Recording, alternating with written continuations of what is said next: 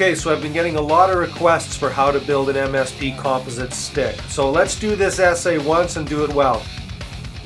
Our compo sticks are comprised of two base elements from the periodic table, bamboo and hockey tape. This handful of pen-sized 4-foot length bamboo cost me $5 and hockey tape is $2 a roll. Your bamboo should be 4-foot stakes. They should be lightly green if you can get them. Don't pick the ones like this one that are shaped like a bug's leg. Curves are fine, but you don't want a hard angle in them. And for God's sakes, whatever you do, don't get the stuff that's dyed dark green. Okay, so we pulled off a half a dozen or so, 7 here. I'm using 7 because look how thin these are compared to these. You can look at the difference in the size here. So it depends on how thick you want your stick. But you'll notice that half of them have the fat ends down at this end and the skinny, and then these are reversed. The skinny ends are down here and the fat are down here. You just have to bunch them together like this and make sure that it feels even. And then you're good to go to the next stage. Determining a fighter's optimum stick length is a balancing act between the fighter's reach, the heft of the stick, and the fighter's ability to handle that heft. To get a good look at these three components, I usually get fighters to fight on a grid. This gives me a clear understanding of how far they can reach with how heavy of a weapon before they go off balance. Once we determine this, we can move on to the next step.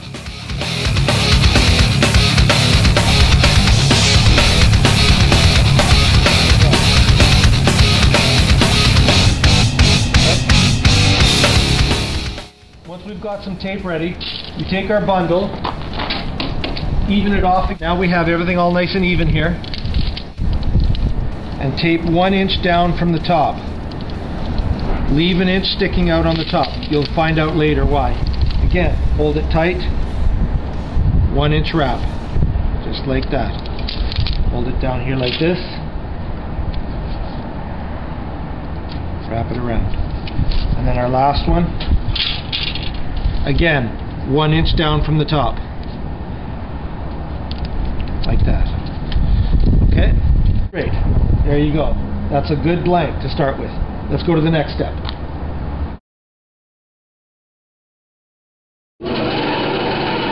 Trim the ends up. Nice and even.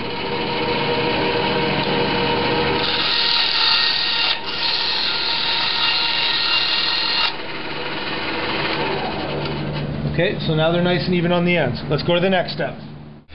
You'll notice when you cut these off, you get really sharp edges right here. And when we were fighting, we were finding that these were actually poking through the tape and actually cutting the fighters. So what we want to do is we want to round this off. So in order to do that, we have to put a few strong wraps on the end to make sure that this doesn't move. And you just take your tape and wind it on tight like that. Just a couple of wraps. That'll help secure the ends, and you'll notice, see how things don't really move now. Everything. Using a belt sander makes this really easy. I suppose you could use sandpaper, but this just makes the job go so much easier.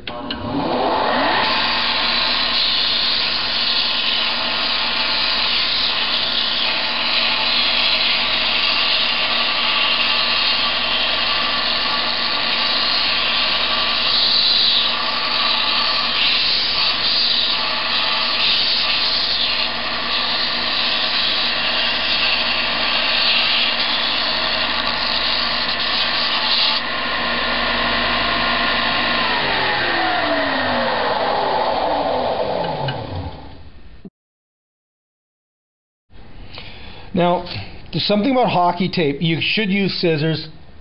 I always use my teeth because it's the only thing that seems to work for me.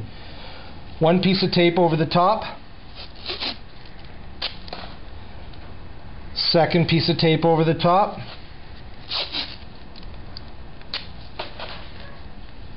3rd piece of tape over the top. Smooth it all down. And be sure to press it all in place because that's going to hold everything all in shape.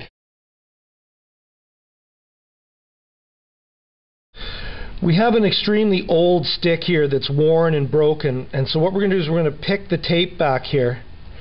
The tape gets worn off because it rubs against the floor and it wears off. That's why we put the extra wraps on there. But if you look and see, you see how it's still all nice and round and everything? You're not going to get any cutting on there. See how it's all stayed pretty much in place. It's all shattered and everything, but it maintains its roundness, which is really important for reducing the amount of cuts experienced during full contact bouts.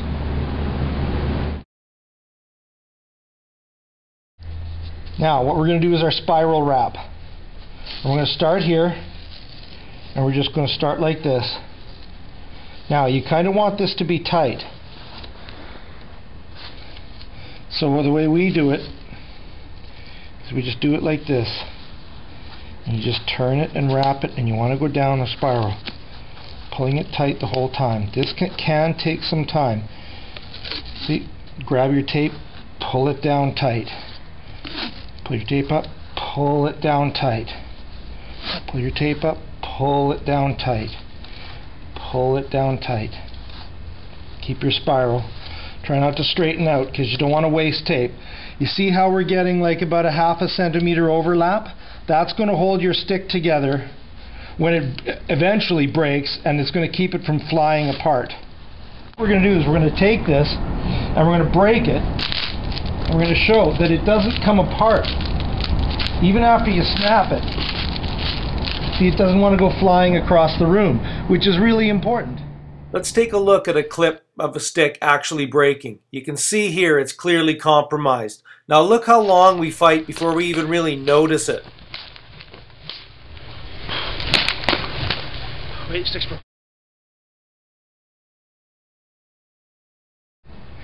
Around the 1/3 mark, I switch tape colors. Now, the reason for this, there's two reasons. One, black tape costs half as much as white tape, so you want to instantly start using black tape as soon as you can. White tape also doesn't mark your floors up, so it works better. It still marks your floors a little bit, but not as bad as black tape.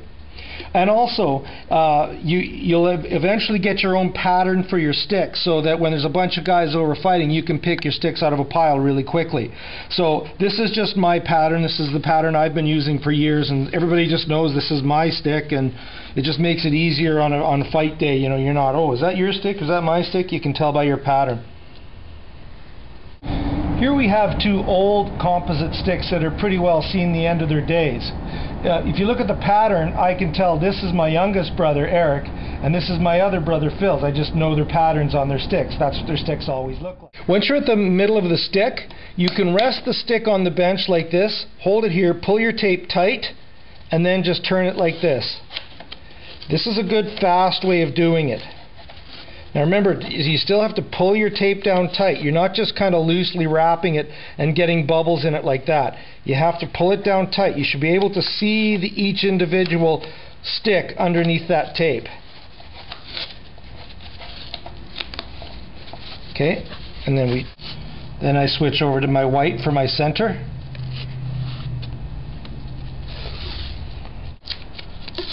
If you miss like this, you can just pick it off and put it right back down again. You want to see overlap. See the overlap? You want to see that. Hockey tape is designed to stick to itself. Okay, now. And then we switch back to a black to maintain our pattern. Okay, and when we're splicing joins, we start ahead a little bit and we actually spiral back to where our color changes. See, and then it gets a nice even cut like that, and now you start your spiral back down the stick. Don't forget to put your 3 end pieces over the end, roughly 1/3 increments apart. And you go back and you finish the end off. We always do this, finish those ends off. And you can even go like that and let the thing hang off the tip a bit like that. See how that's hanging over? And then you just close that off. Makes for a nice, soft end. And there you have it, an MSP composite stick. Just enough flex to keep from breaking bones, yet firm enough to feel like a real stick when fighting. You can see how similar in size they are to an actual hardwood shillelagh. And that's what we're trying to duplicate. They're even roughly the same weight. The compos are a little bit lighter, so when you do make the step up to hardwood, you'll notice they're a little heavier, but these are great trainers. They get your muscles and your ligaments built up to the extent where you can actually move up to the heavier artillery.